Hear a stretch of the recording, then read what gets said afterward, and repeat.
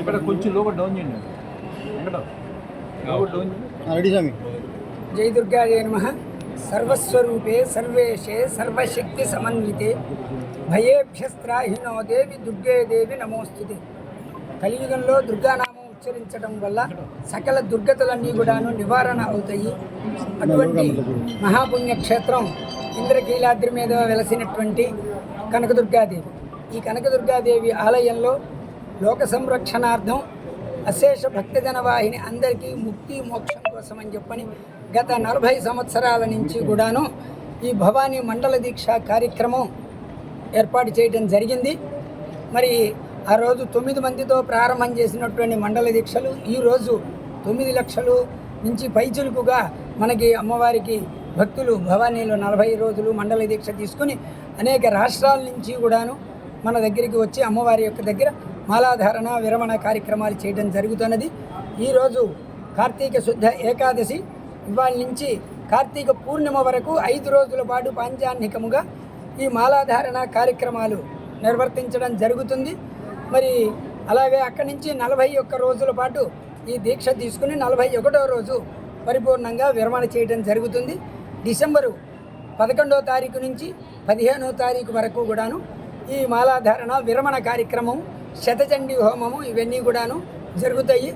మరి మార్గశిర పూర్ణిమ రోజున కలశజ్యోతి ఊరేగింపు ఉంటుంది. మన సత్యనారాయణపురంలో శివరామనామ క్షేత్రం దగ్గర నుంచి కూడాను ఆ రోజు కూడాను అశేష భక్తవాహిని వచ్చి అమ్మవారికి జ్యోతులు సమర్పించడం జరుగుతుంది. ఈ కలియుగంలో దుర్గానామం ఉచ్చరించడం వలన సకల దుర్గతులు పాపాలు నివారణ అవుతాయి అని చెప్పి మనకి దేవి భాగవతాది గ్రంథాల్లో విశేషంగా చెప్పడం జరుగుతున్నది.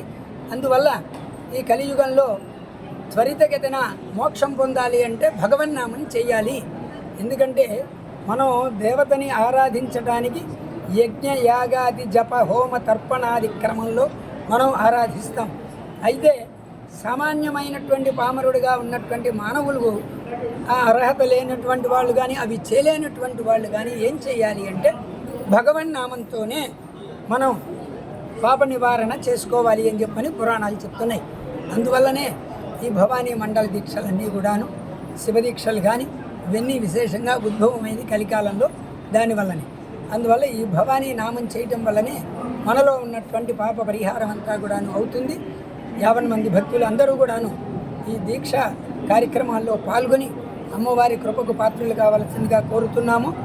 దేవస్థానం ఏర్పాటు చేసినటువంటి గురు భవానీ వారి చేత, మరి అట్లాగే దేవస్థానం ఏర్పాటు చేసినటువంటి అధికారులందరూ కూడా సమన్వయంతో ఏర్పాటు చేసినటువంటి నియమ నిబంధనలతో చక్కగా అనుసంధానం చేసుకుంటూ భవానీ భక్తులు అందరూ కూడా అమ్మవారి దర్శనం చేసుకొని ఈ మాలా దీక్ష తీసుకొని విరమణాది కార్యక్రమాల్లో కూడాను పాల్గొని అమ్మవారి కృపకు పాత్రలు కావాల్సిందిగా కోరుతూ అశేష భక్త జనావళి అందరికీ దుర్గామాత ఆశీస్సులు.